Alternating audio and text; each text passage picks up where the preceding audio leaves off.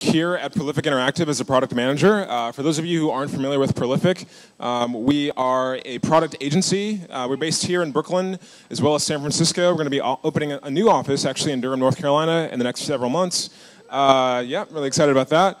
And what we primarily do is we build mobile products for leading brands. So we've worked with the likes of Saks Fifth Avenue, SoulCycle, Rent the Runway, ModCloth, and many others. We're made up of primarily engineers, designers, product managers like myself, as well as growth strategists, back-end engineers, and some great leadership as well. So I just want to give out a few quick thank yous before we get into the panel. So firstly, just want to thank everybody on the POC committee. That's Alan, Donna, Dom, Adam, Pilar, who helped put this all together, as well as Bob for making some great introductions. So give a hand. Cool. Wonderful, and I'm very, very excited to introduce you to this lovely panel. So what we're going to do is just pass the mic, actually, and just tell us a little bit about yourself, and we'll go ahead and get started. So yeah, you can start, Tiffany, if that's okay. Hi, everyone. My name is Tiffany R. Warren. I'm the Senior VP Chief Diversity Officer for Omnicom Group. I'm also the founder and president of AdColor, and I'm happy to be here. I'm also a Leo. I didn't know how much information you want, because I can keep going. Okay. Hi, everybody. My name is Jasmine Phelps, and I am the East Coast Program Coordinator at Black Girls Code. Thank you to Prolific for having me on this panel. And since we're throwing out random facts, I'm a twin. Wow. Okay. I would never have guessed that. I have no idea. You're right. My name is NC. I am an entrepreneur, co-founder of a place called Alley. We are a co-working space that competes directly with WeWork. We're way better, 10 times better. And interesting fact, is that what we're doing? I'm a skydiver. I have 54 jumps, working on getting to 100 before August 31st, or 30th, something like that. So you guys want to jump? Holler. I might take you up on that. My name is Porter Braswell, and I'm the CEO and co-founder of Jopwell. And Jopwell helps Black, Latino, Hispanic, and Native American students and professionals connect with professional opportunities. And my fun fact, I got engaged 2 weeks ago to Juliana. Yeah. That's awesome. That's my life now, so thanks, Jules. Wonderful, wonderful. So thanks so much for being here. We really appreciate it. Everyone's really, really excited to hear some of your thoughts on the subject of leadership and technology. So primarily what the Prolific POC committee wanted to do was to hear from folks who have found themselves in positions of leadership within companies large and small, in addition to people who've taken it upon themselves to start their businesses of their own. So primarily what we want to do is walk through their journey and hear a little bit more about kind of the stories that animate their careers. So kind of the first tranche of questions that we'll ask them about is about their come up, so the journey that they took to get to where they are. So I'd love to hear from each person on the panel how you were introduced to technology, or perhaps a field that's adjacent to technology personally. Well, I guess since I'm the one with the mic. Okay, so let's see. I started my career in finance. When I was in high school, I went to a boarding school called Lawrenceville, and at the time, Morgan Stanley was offering a diversity internship program for high school students. Somebody tapped me on the shoulder and said, "That's you, you qualify, you should apply." Got lucky, got the internship, and started working there 2 summers in high school. Went on to Yale, played basketball there, but instead of playing basketball in the summers, I continued in a really diversity-heavy early access pipeline and spent 3 summers interning at Goldman Sachs, so all finance, and started my career there. And I was there for 3 years buying and selling currencies. And while that was my day-to-day job, I would still assist with diversity recruiting efforts because I was one of the few people of color on the floor. I was passionate about it, and I was a product of it. And my introduction to technology was that I thought it was a really inefficient process of how companies were recruiting people of color. And it made no sense to me. And I didn't understand why there wasn't a platform built for Black, Latino, Hispanic, and Native Americans that leveraged technology to allow companies to recruit this demographic of candidates at scale. And so I'm a political science major. I'm non-technical. I have literally no tech bone in my body. Probably the least technical person at the company still. And so my way into technology was to build a tech company. And I had to kind of figure it out. I was fortunate enough to surround myself with people who were technical, who had the technical chops to actually take the vision and actually execute it. There were places where I can go and jam with some people, so Allie being one of them. And you surround yourself with a group of people who are passionate about what I was passionate about, who offer different skill sets. And my co-founder and I eventually left Goldman Sachs together to go build it. And my high school classmate became our CTO. And we had a team of one technical person, two non-technical people with a big vision. And flash forward 2 years later, that we have a lot of people that have a lot of technical chops. It's been an amazing journey, but my way into technology was seeing a problem, knowing that technology can solve for that problem, and not being intimidated because I'm non-technical. So, good stuff. Good stuff, man. I remember when I first met him at Alley. It was in the elevator well, and you were with your partner, and you guys were still like it was an athletes company at the time. Yeah. So for me, I went to school for engineering, for mechanical and electrical engineering. For the better part of my life, I was going to be a doctor, majoring in nanotech. So I went off to get my master's and was on track to get my PhD and realized that it was too slow and it wasn't exactly what I wanted to be doing for the rest of my life, researching shark gel, which is basically what my thesis was. So from the very beginning, I've been immersed in technology, but I knew that to the extent that I wanted to get involved, consumer applications for the technology that I wanted to see wasn't as accessible for me. So I went out to General Electric, worked on microwaves and dishwashers, blew up things in the innovation kitchen, made stovetops that you probably find at a Macy's now, or wherever they sell stovetops, I have no idea.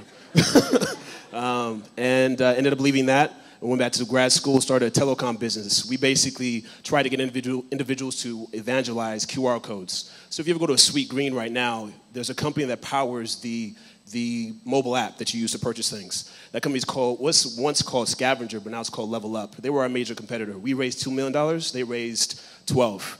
We lost everything. I was homeless for like 2 months. They continued on and continued to do their thing and became Level Up. So after being homeless for a little bit, sleeping in my Ford Focus in DC, I started a tutoring company. It's called And Math Tutoring. Grew that to about 30 people, sold it, came to New York, worked at a law firm as an engineer. Basically, I'm the guy you talk to when you have an idea you want to patent. I tell you what's defensible. I tell you the rest of that stuff is bullshit. This is what we're going to focus on. Let's create a patent portfolio around it. Let's go to work. Left that and started traveling. And haven't really done tech since, except housing spaces for people who do tech stuff. So that's that's what Alley is. And that's been great because for me, the opportunity to take part in a lot of the startup innovations that are taking place across the planet, really, it's easier to do that when you have spaces and you have the support and you have the relationships that allow you to accelerate your ideas from conception to reality. So that's what we specialize a lot in. And even now, as I've sort of retired my day-to-day responsibilities, my next focus is really on bringing that to the rest of the masses. I think my story into the technology field is pretty interesting. So my stepdad and my uncle both work in IT, and they code a little bit themselves. So when thinking about colleges and universities and what I wanted to major in, they were both kind of in my ear, like, hey, CS, this is what you should do. I was like, I don't think so. So I got a degree in marketing. And then so I did a little bit, I worked in a sports agency, a contract, and I traveled a little bit. And then I landed at a TV network doing advertising sales, and I hated it. So I was like, let's think about this technology thing again. So my little cousins and my little sisters, now that they're kind of in school and coding is a big thing in their schools, I started to think about, okay, maybe I think I want to go into the technology field in some way. But I knew I had event experience as I had done as soon as I got out of college. So I was like, well, how can I fuse the two together? I started researching various companies, different roles within that, and I kind of really just stumbled upon Black Girls Code. I did a lot of research, and I looked and I was like, okay, this is definitely something that I want to do, working with our community, especially young girls of color. So I really applied, and I didn't hear back for a very long time. I was like, well, there goes my dream. And a couple of months later, they, called me back in for an interview, and the rest is history. And I think I really enjoy the programming side and helping these girls eventually get into the technology fields. So I, too, am not directly in tech. There's a pattern here. But my way into tech, I'm probably aging myself. In the first grade, I learned how to code. This was back in the 80s. It was called Logo. And so I don't know if there's any 80s babies, but you fed it instructions, and then it created a square, and then you celebrated that, and then you printed it out, and then you brought it home, and then you showed your parents. So that was my first love affair with tech. And then I went to Bentley University, much like you. I was told to do CIS because that was the future. And so I failed out of that. And then 6 majors later was one of the first liberal arts majors of Bentley University because they didn't know what to do with all of the majors that I had accumulated. So I actually, with all the majors that I took, created a major that now people actually go to the school for, which is studies, liberal arts with a concentration in media studies and advertising. So with that, I took, that degree and went into advertising, which has always been my first love. I created my first ad when I was in art class at the Windsor School, where I was on scholarship, and it was a recruitment ad for the Boston Ballet, which simply said, because I had just seen a performance a week before, Boston Ballet joined today. And it was a picture of a black ballerina. So at 10, I was creating diversity recruitment ads. So I think the vision was placed in me early to focus on environments where I would see there's only one of none. I was one of 5 in a class of 60 young girls, and we stayed together for 7 years at this private school. And I was always fighting air because it was so cumbersome to think about why we were pointed out as something special because we were diverse. So as a graduate of every diversity program you can think of, including Inroads, in which I studied marketing, I left that and took a really great internship for $1,500 at an advertising agency where I was a traffic intern, but was so in love with the industry that, much like you at Jopwell, and seeing things that weren't there but could be there, I went to a lot of award shows and constantly didn't see people of color being honored. And so that's how Ad Color was started 12 years ago when I was the manager of diversity at Arnold Worldwide. So in 12 years, we've hosted over 6,000 people. We've raised over $8 million for diversity in advertising, and that's just my second job. My first job is the Chief Diversity Officer for Omnicom Group, where I oversee the diversity for 74,000 employees, 1,700 companies, 5,000 clients. So I just posted a meme the other day where a friend asked me if I sleep, and I said, well, when I sneeze, my eyes close for just a little bit. So that should give you an idea of my schedule. It's incredible. Some amazing stories you guys shared. Thanks for sharing those with us. On that note, it seems like you guys have had a very animated and rich kind of journey to the place that you are today. Would you mind speaking to some of the more humbling experiences that you had early on that really impacted your future trajectory? Because particularly entrepreneurship is not an easy endeavor to tackle, nor is kind of reaching leadership and serving the many clients and the many girls that you do at your foundation. Can you just speak to some of the experiences that were formative to you getting to where you are today?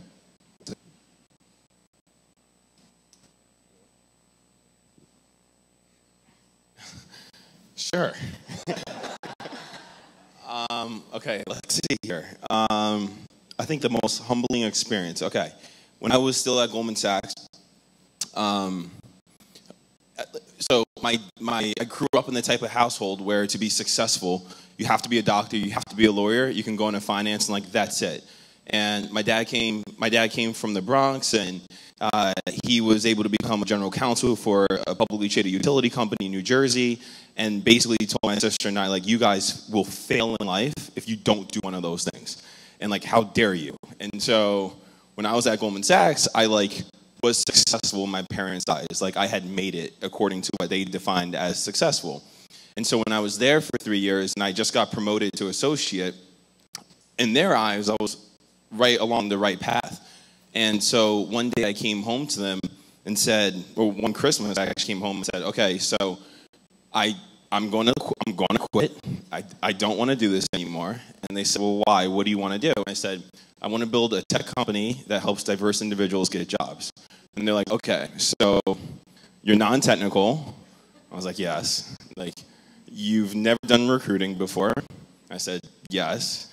You've never started a business before. I said, yes. So you just got promoted and you got a big raise.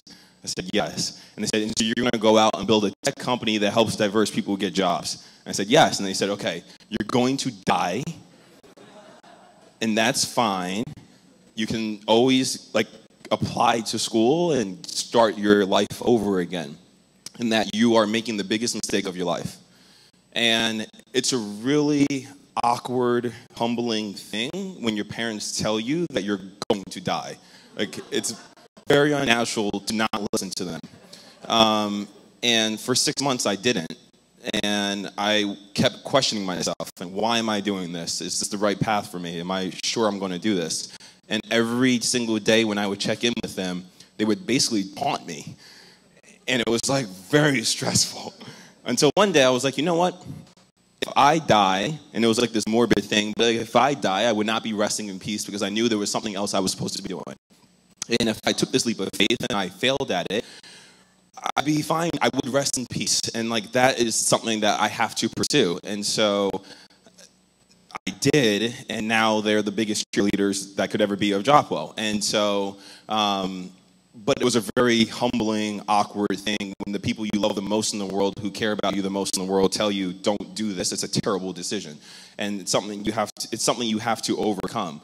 Something I had to overcome. And so I'm glad that I took that leap, and they're very glad I took that leap, and it's all worked out thus far. But that was probably the most humbling thing. That's real. So I'm Nigerian. So I'm also an entrepreneur. Nigerians in the United States, when you're first generation, you're not supposed to become an entrepreneur. You're a doctor, lawyer, Goldman Sachs. So I feel you on that. I feel you on that one. But the lowest point for me, or the most humbling one, would be, I guess, raising money and losing all of it and not having anything to show for it. So our first company was a telecom business. I knew nothing about telecom. I knew nothing about QR codes or the cell phone industry or anything like that. So I went out and raised money with my partner, David Miller, really dope guy. We went to DC, we hit up San Fran, we hit up New York. I was 20-something at the time, maybe like 22 maybe. Engineering background, raised this money, convinced these guys that we were going to turn the world into this QR code utopia. And like looked people in their eye and took their check and put it in our bank account and went to work. Got myself, upgraded my Ford Focus, got myself a one-bedroom apartment, living lavish in DC. And when we weren't getting traction, having to have those very awkward conversations with these investors who were remembering the story you told them, that you were going to do X, Y, and Z, and you haven't hit that goal. And you try to tell them that, the recession's hit, and we're having trouble convincing publishers to take on these QR codes, that we're in the Washington Post, but we can't get New York Times to return our phone calls. And at the same time, the additional piece is that being who I am, especially with my father and my parents, there's a Nigerian pride you have. I mean, maybe it's a pride that every man has, or every black man or every man or whatever, but Nigerian men have a particular level of pride. You guys, particular hue.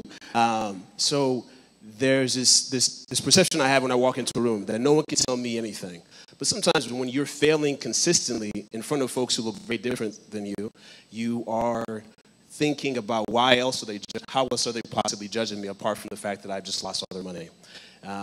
And, you hear things, and those things are humbling because it's also sort of this identification of self and the other and the conflict that exists between the two.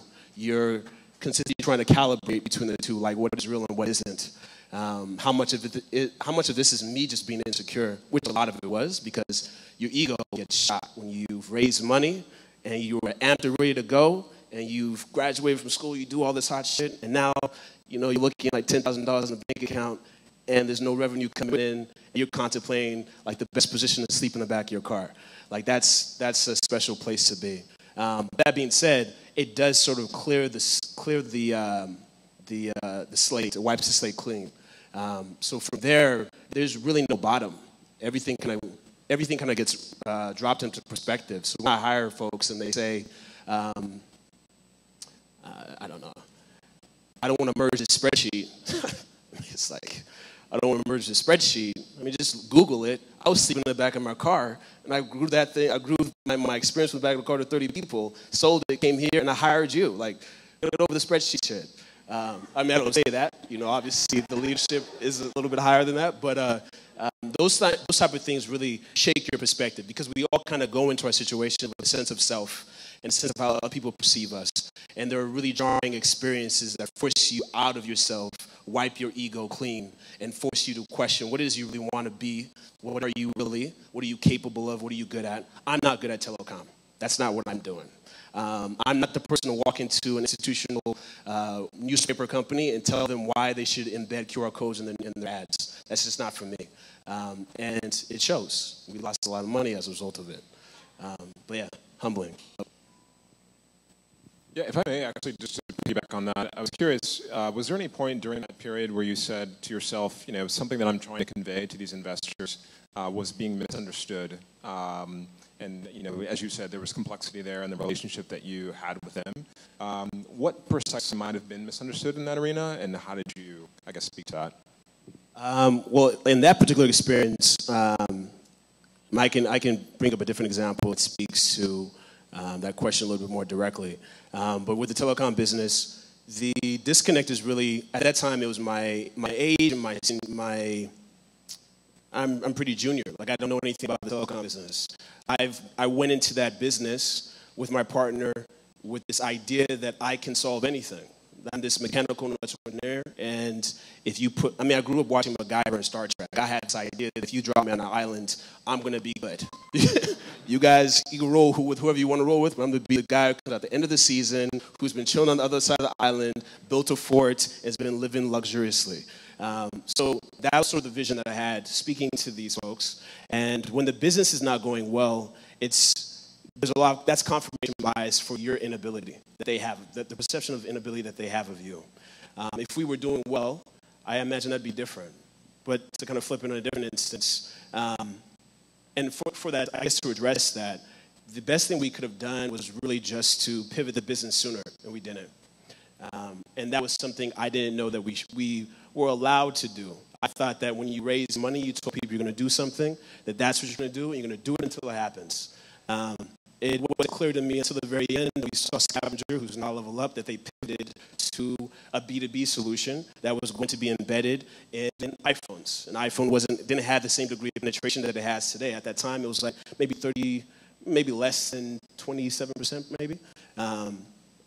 Not everyone had a smartphone, but they were making a long-term play, and we didn't tell that story. And that's just my ignorance. In other instances, though, even in the pivot, you're articulating a context, and you're giving that other person some context so they can better understand where you're coming from, your perspective. So yeah, I mean, I hope I answered that question. How about yourself, Tiffany and Jasmine? A humbling experience. I think my humbling experiences are every day. And I only say that because being surrounded by these young girls, being surrounded by our amazing volunteers, being surrounded by my fantastic coworkers. I think I'm humbled every single day. Humbled in the sense of wanting to do better, knowing that there's people that believe in me. They want to see, we all kind of want to see ourselves do well, and we really push ourselves. And I think, again, as I mentioned, the three kind of stakeholders in that is, one, your coworkers. You're pretty familiar with Black Girls Code. There's 4 total people in our office. So we really have to kind of big each other up. The girls will always definitely humble you in a few different instances. Sometimes if they need, you need to be checked. A 7-year-old will do that to you, and that will be humbling. But also in the sense of just really putting aside your ego and really having everyone kind of, yes, we can. So I think that's why I'm humbled every day at Black Girls Code. So I might be the oldest. I don't know. I mean, we could go down the line, but I'll just keep it simple. So a couple of failures, won't necessarily dissect those, but I'll tell you what I learned from them. 4 things. So first, there's a trauma, and usually that's the failure, and a trauma could be the failure, a marriage, a new relationship, moving out your apartment, divorce, car accident, whatever your trauma is. Then there's this transition that happens, so that's number 2, where it's what was life like before the trauma or the failure and what life is now, and just level setting and understanding that there's going to be a transition period. Then there's the longest period, which is the valley. So many people are in the valley, particularly as entrepreneurs, those that start, stop things. The valley for you was the Ford Focus. The valley for you may have been when your parents who created you said, you're gonna die. The valley for you is that 7-year-old humbling you. So the valley is different for a lot of people, and it lasts for a very long time, or it can be, a day or 2. And then number 4 is the breakthrough. And the breakthrough is what you learned, particularly that you had to pivot and then eventually launch Alley, which creates a space that helps people launch their dreams and job well. So the breakthrough for me in particular after a Valley was having my dream, Add Color, incubated with another organization and us growing at a rapid rate, and that organization being stagnant and having to make the decision to move on. And the decision wasn't made by me. It was actually made by an email that was sent, and the person didn't know that they sent it to me. And it was sent on the morning of one of my biggest personal career achievements, getting into the Hall of Achievement, which is the Hall of Fame for people under 40 in advertising. So this incredible high in getting this email in which the true feelings of this person was made known. And therefore, not only did it give me the strength to move on, in which I pivoted, I evolved, Add Color into what it is today. And so to me, people are afraid to fail, and if you are a dreamer and if you're an entrepreneur, like the motto of one of my agencies that I work with through Add Color, Wyden and Kennedy, which does all the Nike work that you see, their motto is fail harder, and I think they walk into the agency and they see that every day. Obviously, for a person of color, fail harder may be what they see is fired faster. So for everybody, it's different, but I think the comfort with failure is what creates these incredible breakthroughs in your life. Yeah, thanks for tying that together with the metaphor of the valley. That makes a lot of sense in terms of sustaining oneself through that valley. Can you talk about how that's done, and if there's any sort of special, characteristic of that sustainment as a person of color, particularly as a leader? So you bring up the fact of, failing harder being a difficult thing to accept as a person of color. Can you speak to how you sustain yourself through those difficult times? I mean, I surround myself, I'm very careful, and I think we all are, with people who have energies that are supportive. I think you want to surround yourself with people who, they're not yes people, that will be honest with you, and I won't get all over on you because you can go and log on to OWN and get all her affirmations. But I will say that one that I hold dear, there's two, is one from Muhammad Ali, which is, if you produce, people will take you seriously. Super simple, but so succinct. And I don't know which rap song this is from. I still don't. I know I can go on Lyric Genius and find this out in 2 seconds, but stay humble, stay low has been like my mantra, which humility is one characteristic that I admire in others and that I really work hard on every day, because there are certain aspects of being an entrepreneur, running a not-for-profit, being a corporatepreneur. So being in a corporate setting, but having your own business or not-for-profit, you're humbled every day. So those are the two things that kind of sustain me through any valley that I come across. I think for me it's kind of a twofold. I think the first one is definitely family. So I have really strong family ties, and any sort of difficulty that I'm going through, I definitely, one, look to my mom, and two, as my twin, my brother, that's my right hand. I consider that my right hand. So I definitely talk through with them, and I think that's definitely important to be able to just get your thoughts out, especially they're coming from the outside, they're coming from a different perspective. So there's going to be, not like you said, you don't want someone who's a yes man right behind you. You want someone who's going to be able to humble you, but who's also going to be able to encourage you and to want to get through this difficult time. And then two, I think I like to watch a lot of motivational speakers. So a couple favorites for me are one, Les Brown, Dr. Eric Thomas, and then so at our hackathon, I think our mentors met with Dr. Michelle Kenny, and my coworkers make fun of me all the time because I say her entire name every single time. She was one of the most inspirational people that I've met in quite some time, and she said something that really stood out to me, to the girls. So we had a workshop based on presentations, and she would, want the girls to stand up and answer a particular question that she had. So the girls would be a little bit timid and nervous to stand up, so she kind of stopped the class and said, I want you to stand up because you're standing up in your power. And I thought that was something that really resonated with me, not only to just that particular situation, but knowing that you're strong in whatever you do, considering that there's a small percentage of people of color in the tech industry and also a small percentage of women of color in the tech industry. So just keeping that always in the back of your mind to stand up in your power. And I think that's important for somebody who's 7, 17, or 57. So those are kind of the things that I use to get through a difficult time. For me, it's a lot of the same things. So friends, family, our support group. Also skydiving. Little plug. Yeah, I have. I've seen it, yeah. Skydiving is dope because it puts everything in perspective. Like, everything, things aren't good and bad, they just are. When you're skydiving, you could really die. Like things could really go wrong. I've had 3 instances where my chute didn't quite open the way it needs to. So when you come back on the ground and you've been rejected and, somebody's not going to give you money, my chute opened. It just puts things in perspective. But to your question as a person of color, I'm a big fan of consistently assessing the self versus other. There's this unconscious bias, there's a stereotype threat that we are all dealing with. Every individual in this room deals with stereotype threat in some way.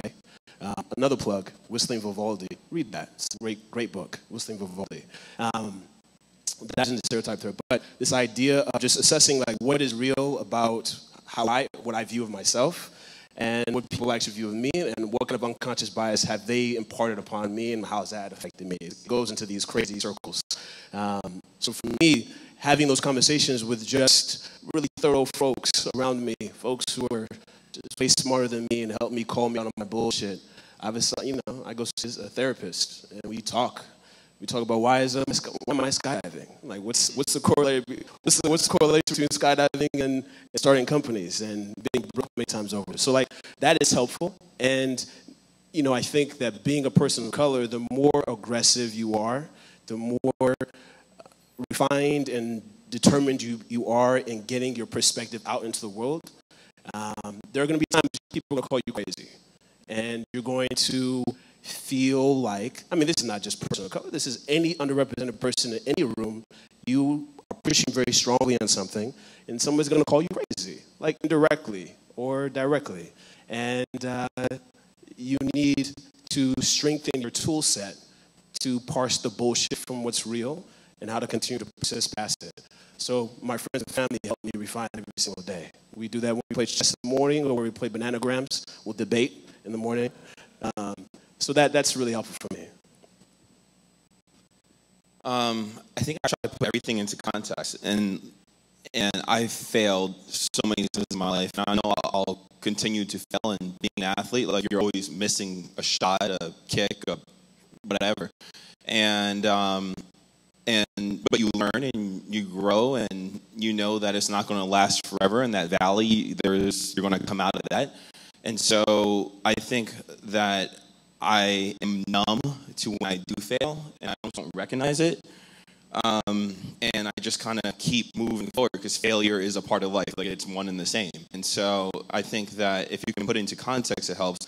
Also find that church really helps. And I think that if you recognize that you're not that important, and that there's a higher power in whatever it is you believe. But for me, I just think putting it into context that this is so much bigger than me, it helps kind of reduce the stress. Thanks for sharing that, being so candid about that. And then in particular, I think I'm particularly curious about your answer to this question, Porter. But you talk about kind of persisting through the difficulties, perhaps moments when you're misunderstood, as you spoke to NC. Can you speak to something that you personally believe? It could be about your foundation, it could be about your business, that's largely disbelieved by others, and perhaps explain why it's not believed by others, and maybe how it works to your advantage. I suppose I was curious just because you kind of have this corner, right, in the market with regards to recruiting diverse talent, and so why was that opportunity so apparent to you such that you pursued it? So I think one thing that everybody I don't want to say everybody, a lot of companies that we're solving for what we're solving for are nonprofits, and there's this conception that if you're Black, Latino, Hispanic, and Native American, there should be coaching, training, mentoring, and then to some degree, applying that and showing you several options. But you have to be coached, trained, and mentored if you go through a program. That's incredibly valuable, incredibly necessary for certain people, but it's not necessary for everybody. And a lot of organizations that do a lot of amazing work, AdColor, MLT, Inroads, SEO, Code 2040, a lot of amazing organizations are in this world, but they all have a similar premise, that there's this emphasis around coaching, training, mentoring. It should be done in person, and then there should be really strategic partnerships with organizations that can then come and recruit those users or those candidates or those members. We took a different path in that we can do this at scale, we can make money doing it, and if you can have impact, but profitability comes by making impact, and impact leads it, then why not make it for profit, and why not make it a tech company? And so it was a slightly different approach to a problem that people have been looking at forever. Since the civil rights era, people have been looking at this challenge. And I think that our perspective was a little bit different, that we thought that we could do it more at scale if we can leverage technology, and we should make money doing it. And so that was a slightly different approach than I think a lot of people in the past have taken. Very necessary, the work that's being done on the nonprofit side. We can't survive without the work that they're doing. I think it's incredibly important, but we just took a very different approach to it. A little clarity. So for AdColor, we actually honor people of color. There's no coaching, mentoring. I think that happens informally.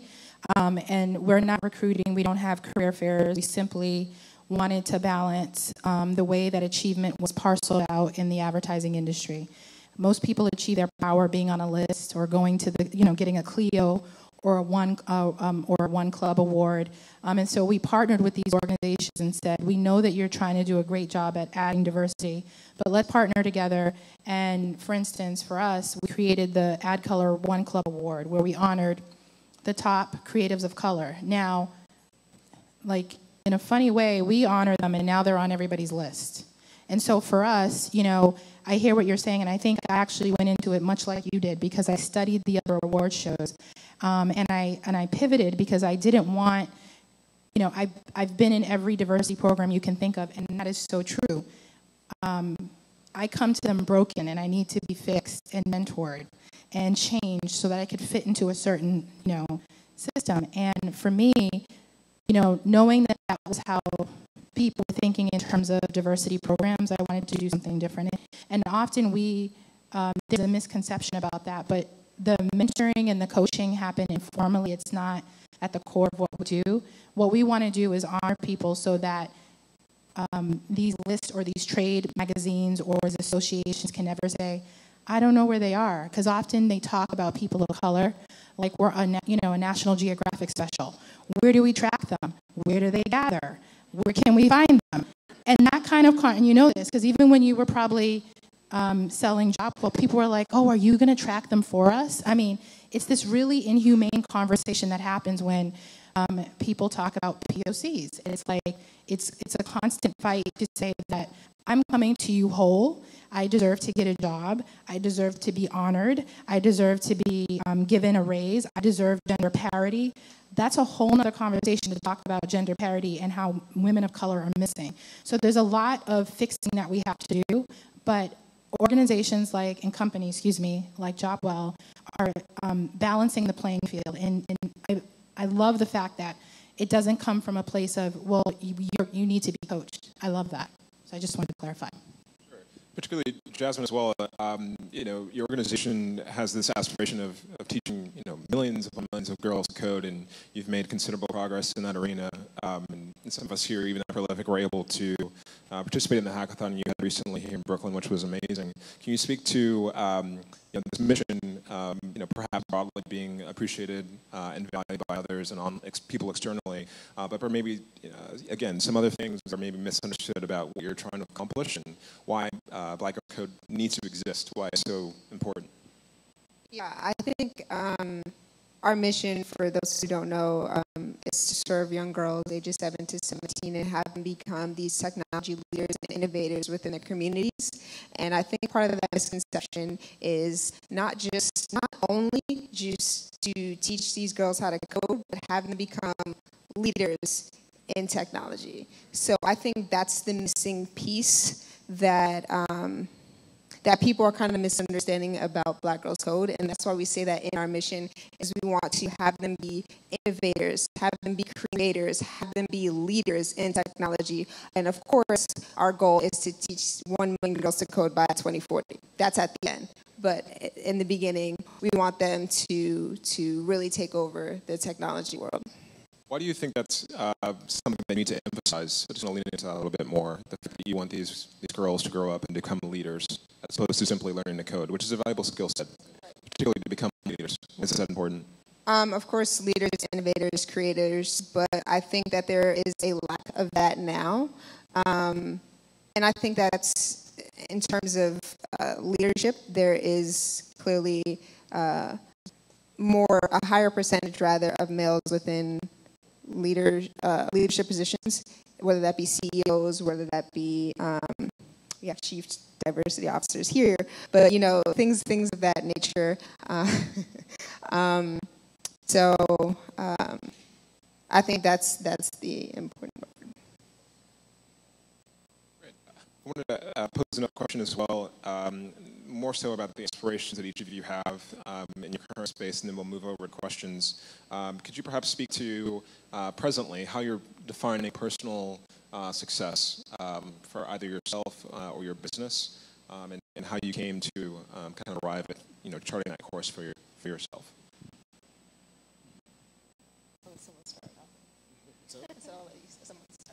Okay. First, I want to make a comment on the previous question. So I think that so since starting Alley, we as a company, we've made a couple of investments in a number of things. And the way we typically view opportunities is those things that don't look appealing to most people right now are probably, there's a good chance that thing is going to be really interesting online. So like from the vantage point that I have in looking into this room is very multicultural. We look at the community today, look at the world today, 38% of the population is Asian American, African American, Hispanic American. Probably a stat that many folks have heard. In 2044, U.S. Census, that number becomes the majority. So there's an opportunity to create businesses and organizations that speak to the shifting complexion that takes place across the country. And folks who are addressing those problems, to Dropwell and both your organizations, these are all setting up foundations and structure that will allow this new majority to really thrive in a way that's never really been done before. It's almost like, if you want to look at a corollary, it would be Amazon. It went from selling books online to selling all your shit, like everything. Everything, over the course of, 10, 20 years. So starting with a really small thing that's not appealing to people. It's not appealing for me to create a company that's focused on women. Well, most purchase decisions come from women. 80% of all consumer decisions come from women. So we're going to create opportunities for women right now because eventually they're going to drive everything. And who's going to be in the best position to do that down the line? So I think that is a way, for me, at least when I think about business and I think of folks who are talking about like multicultural solutions, I'm usually rooting on the side, like, just stick with it. The dollars you get, by the time people catch up, it'll be too late for them. A la Amazon, yet again. It's too late for everybody. Just give it up. So as for like improving ourselves and being better and all that, really again, just surrounding myself with dope people and consistently auditing myself. So I journal and I, therapist. I should all get a therapist. There should be an app for that, by the way, like Tinder for therapy. Like you should, for Tinder for therapy? I don't know if it's called, like a Tinder for therapy? Okay. I mean, we're in a good relationship now, so I don't know if I need another. I don't want to like hop around dating my therapist, but I do want to just be the best brother I can be, the best father, the best son, the best CEO, the best friend that I possibly can be. And as a result, it means I have to audit myself and be aware of my bias, to be aware of the bullshit that I say, and be aware of my own ego. So I try to do that regularly. Yeah.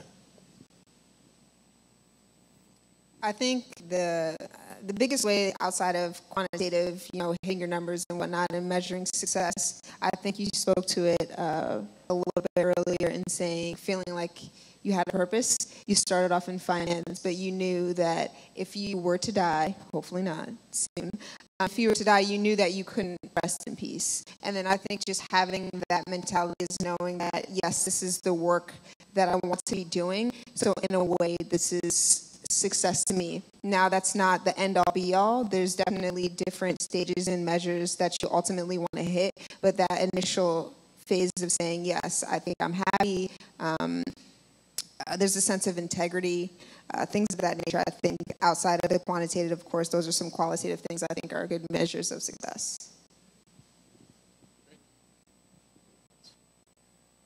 Great. Well, first, let's give us a round of applause for our panelists here. Sure.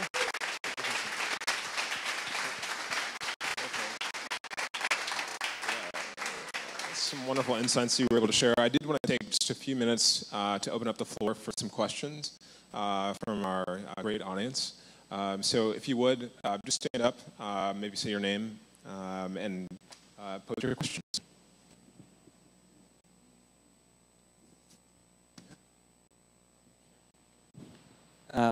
Alan Lopez, as you all know. So I work here at Prolific Interactive. And I guess my question was, some of you spoke to this already, but so much of what all of you do has like a very measurable societal impact, but not everyone is on board. So how do you bring others on that journey? Like, do you have any advice for someone who like struggles with that themselves? I'm so sorry. I could take people to church on this one, but so your point is that how do we deal with people who are naysayers? It floors me that I have to re-explain every year what ad color is. I recently went to Cannes for the first time in my 21-year career and went there, and instead of pictures of my toes in the sand or rosé or whatever they do in Cannes. I decided to take stock of the people of color that were there because the theme this year was diversity. This is the theme. They had 4 really great panels about diversity. Bob was there. Bob. And I started just, cataloging all these incredible people of color that were there on my Instagram. Wall Street Journal picked it up, and in my own little way, I became this activist in the middle of Cannes. And I thought nobody was paying attention. And so for me, how I deal with it is in the moment when I'm challenged, which is every single day. I just had a conversation the other day. Tell me again what add color means. And I'm like, we have a very robust website. We have all these amazing partners. We have a YouTube channel with 145 videos, half of which will make you cry. I'm going to try to show you one a little bit later. And to have to re-explain the power and the importance of something that is making the society and the community better, when people are literally, and clients are literally writing public memos to advertising companies saying you need to diversify or we will take our business somewhere else, it is challenging. But what makes me happy is when I'm in the middle of that room in September, we have 550 people dressed to the nines, people of color, diversity champions, and I get this sort of amnesia, and I remember why I'm doing this. And you said it earlier. When something is greater, when the goal of what you're doing is greater and bigger than you are, you're able to handle the highs and lows of misconception, sometimes miscommunication, sometimes sabotage. People don't want you to succeed in some way because they feel threatened to that bias question. They feel as though, and you can put anybody in this role, but they feel as though because you're supporting these different groups, you're somehow taking their power away. And so I have to stand in my power, which I loved when you said that, and remind people the importance of the community that I'm building, because you're going to want to access that community when the rubber meets the road and the client is saying, I'm taking your business away because your team is not diverse enough. So that's how I deal with it, because I know those conversations are coming. I won't name the client, but everybody know that a very powerful beverage company came out with a super cool ad that promoted diversity in a very different way. And that's one of our clients. And, that was done outside of our company, but when I see something like that happen, the first thing I think of is someone wasn't empowered to put their hand up and say, that's not okay.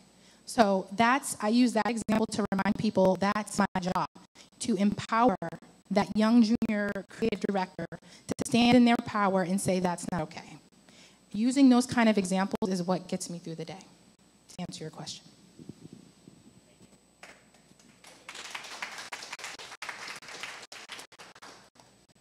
More questions? Any others? Please.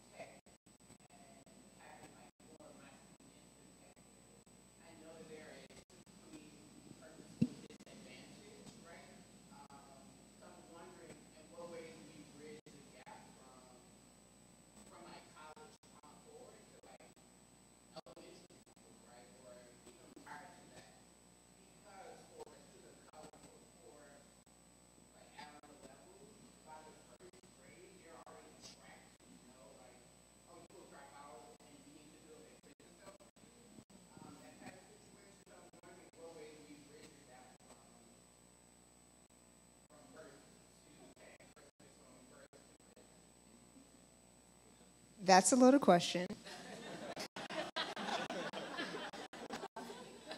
So I'll do the best that I can, just coming from my perspective.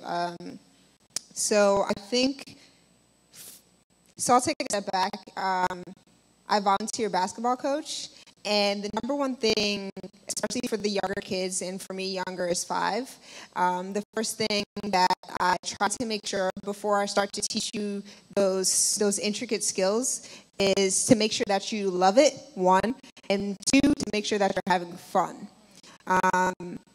So I think kind of bridging that gap when you're starting at a young age, these kids are growing up with technology everywhere in their hands at all times. So kind of bridge that into their everyday lives. How can I make that fun? How can I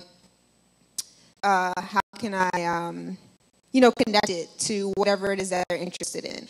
So, for example, I talk about this all the time, but I kind of have this dream where, because I'm not a traditional coder or anything like that, I would love to explore, like, how can I bridge music and tech together? How can I bridge sports and tech together? How can I bridge, if I want to be a nursing student, but I'm still interested in tech, how can I bridge that together? And it's opening up those conversations at a young age to know that there are opportunities to be involved within the tech industry. If by trade, maybe you don't want to be an engineer, not that you shouldn't, but there are those other opportunities for you to still explore that tech field and still have it be a level of interest that you want. And then, of course, organizations like Black Girls Code, we serve girls starting at 7. So in very rare cases, we have workshops that start at 5. So just being able to introduce them to various community organizations such as ourselves, where we are kind of wanting to explore that interest. And we have anything from mobile app development to web development, robotics, what have you. So you have the opportunity to explore whatever portion of tech that you think that you might be interested in at 5 to 7. That's a very quick answer. I could go on, but I don't want to. I mean, I can't speak to the trajectory that you take if you want to become prolific in tech, but I will say that I'm from Boston, and a lot of the programs that they had in place in the 70s and 80s, I absolutely believe put people on the track to success. So you think about government programs that, I think Head Start, any Head Start babies? Head Start, am I the only, what? So Head Start literally did what it said. It gave me a head start. It put me in school at 2. And it gave me these skills that were later transferred into other parts of my education. I do think that people spend an inordinate amount of time focusing on the college track. And I think, the way that people think is, well, I don't want to do anything too early because you want to give people time to kind of think about what they want to be. But I'll never forget what my godmother told me. She said, college, you pick how you want to think. It teaches you how to think. Grad school, you're going to be thinking about that for a little bit of time. You specialize in what you think. PhD, you're going to be thinking about that for the rest of your life.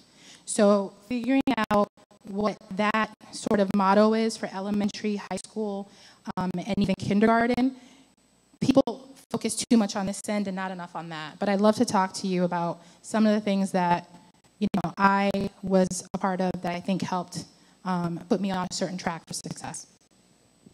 Great. We have time for one more question. Yeah.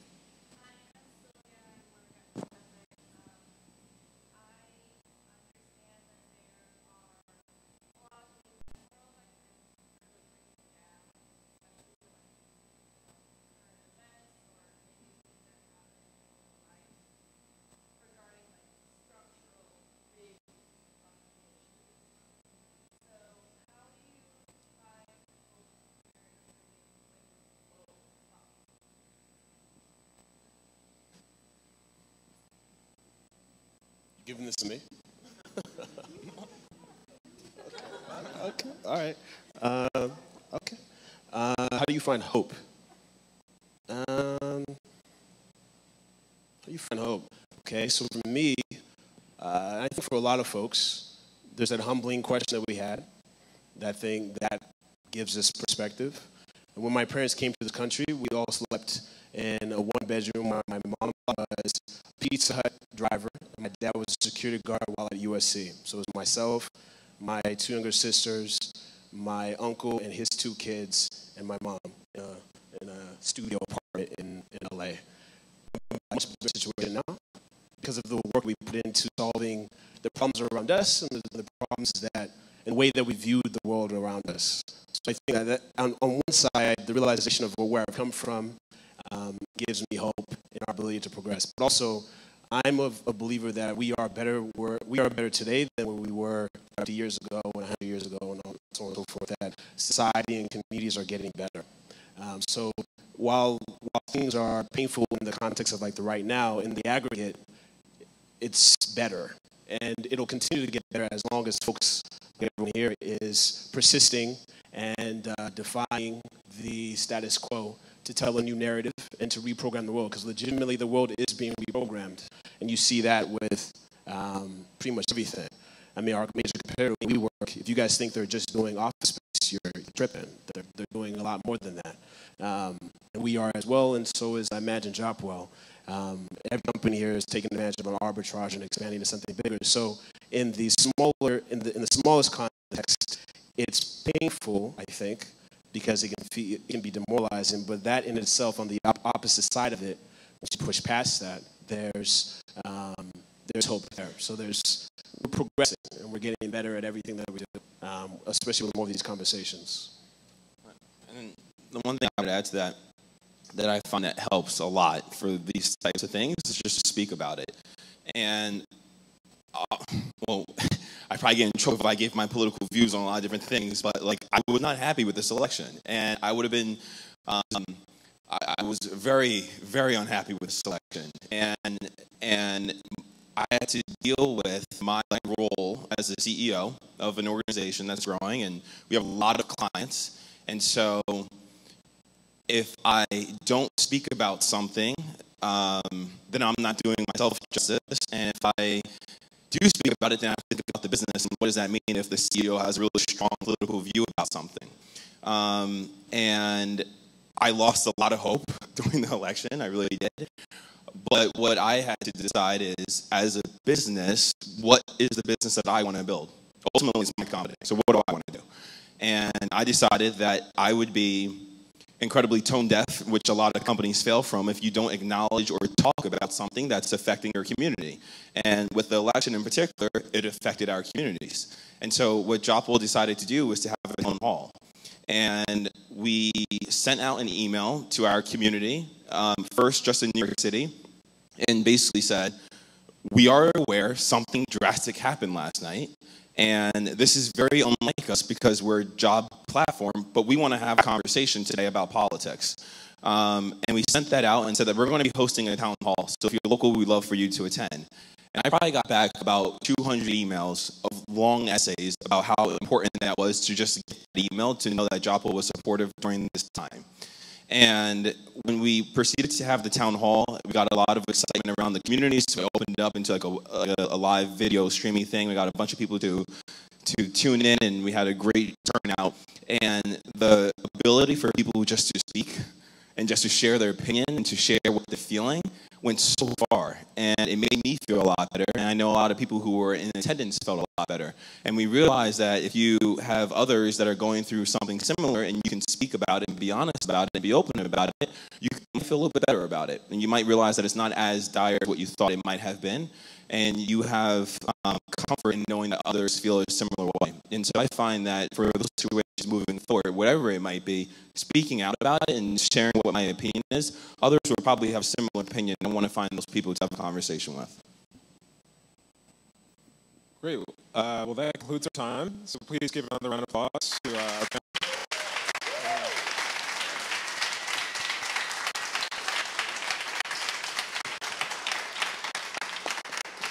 We can't thank you enough for taking the time to speak to us and share so much wisdom and counsel on the subject of leadership. I think everybody feels, at least I can speak for myself, pretty encouraged by what we heard today.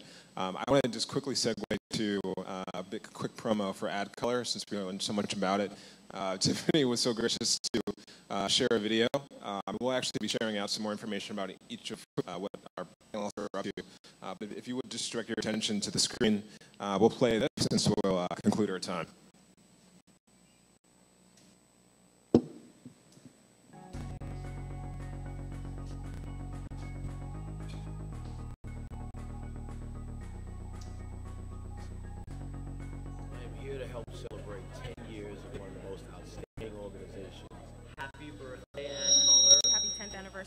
forward to 50 more years. Thrilled to be celebrating the 10th anniversary of AdColor, which brings together such an amazing, diverse, and inclusive group of people to talk about how can we move the advertising industry and the entertainment industry forward. AdColor really provides a true opportunity for minorities in advertising. Not only is it educational, it's about growth as an individual. I think the Futures had a really awesome opportunity to do something called a hackathon. We were given 7 hours with a brief and we were able to present a solution to Apple. Not only did we have a one-on-one opportunity to talk to them, but then speak to them afterwards to then get some just career advice, industry advice. What makes AdColor different is you can go to several conferences, you can go to several events, but we're none of those things. We're a community of people that are just waiting to invite you in, to welcome you for your differences, for your open opinion, and honestly, you could find your next teammate here, your next best friend, your next coworker, the next person that you partner with for an idea. This is just an open community of diverse thinkers. It's rare that you have a space filled with brilliant minds that represent people of color, the LGBTQ community, just underrepresented groups in the digital marketing space, in the advertising space. And so it creates a space for us to have a sense of community, but more importantly, to reconnect and determine what's our collective cause as we move forward in the year. AdColor is a place that congregates young people who are focused on changing the world and making the world a better place and making sure all of our diverse talents are brought to bear in these fights. Every year we have kind of a theme to kind of move people. This year it's challenged now. I think it's twofold. Our society's been challenged by a lot of what's been going on. But secondly, I think we wanted to ignite people to challenge themselves to do more, not just be inspired and go home and remember the good times through Instagram or Facebook, but truly go back to your agencies and your companies and make a difference. Challenge now is important because it's a rallying cry for the urgency of right now. This is a year where I think we've started to see a collection of stories and videos around injustice that require action. And the reality is it's going to require us to challenge ourselves and challenge each other to kind of step up the level of activation that we have as a community to try and shift things. We come from a long history of our ancestors that literally died for change. Challenging now means to do it. We owe that to not only them, but the futures that are coming up behind us. AdColor recognizes us and people of color and the impact that we have in this industry way before others do. AdColor connects and celebrates and motivates. AdColor 10 years from now, I hope, is even bigger than it is today and even more inclusive in so many ways. I can't wait for senior leadership across the entirety of the industry to think this is the conference to come to of all the ones in the year, no matter what they look like or what their background is. This is the place.